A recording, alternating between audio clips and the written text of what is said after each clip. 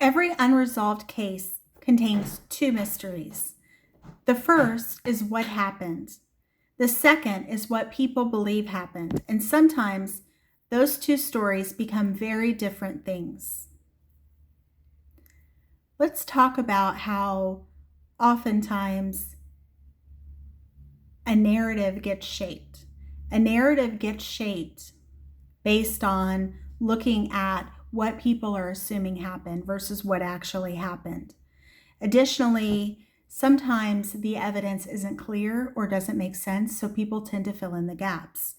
Additionally, a lot of people are afraid of certain things, so then they start filling in the gaps even more because fear and paranoia and lack of understanding what potentially goes into solving these cases can cause people to become further more and more confused and more down the rabbit hole. And there's also the idea that a lot of people are literally looking at the case through their own paradigm, through their own perspective, through their own experiences. And oftentimes that can greatly shape their perceptions. Whether they're afraid of something.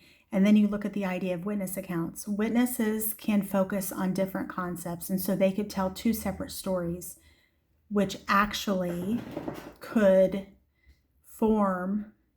And what it would be that their focus was on a different angle.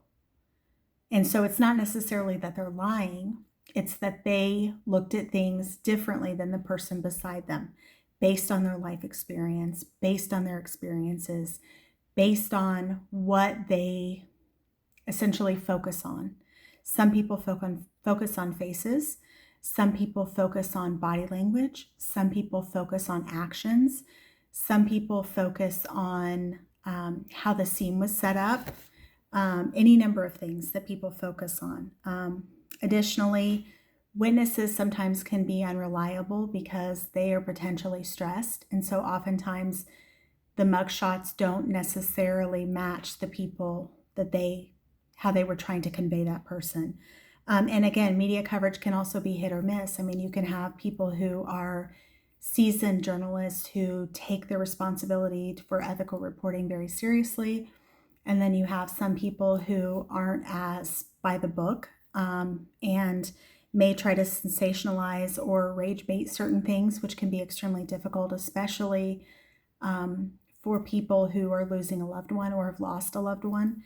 And as a person who has a broadcast journalism degree in addition to my legal degree, I don't think that there is a place for unethical reporting, especially when it deals with people who have lost their lives or are seriously harmed and they have family members who are missing them and want to make sure that they're okay.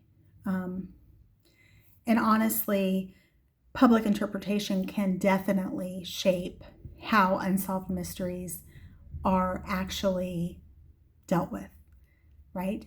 Because sometimes people have assumptions that they bring to the table that are maybe gut feelings or leanings or their perception of how things work, whether they have the experience in the legal field or not, whether they have investigative experience or not.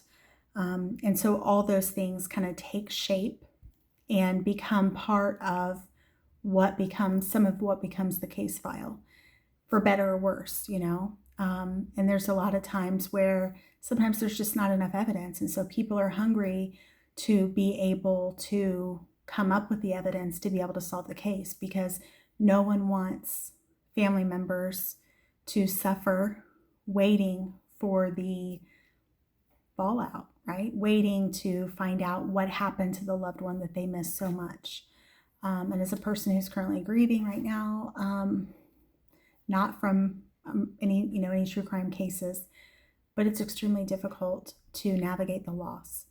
And for those of you that have experienced loss, you definitely know what it feels like, and that it's not fun, and that it's an extremely painful, hard process that can take weeks, months, even years.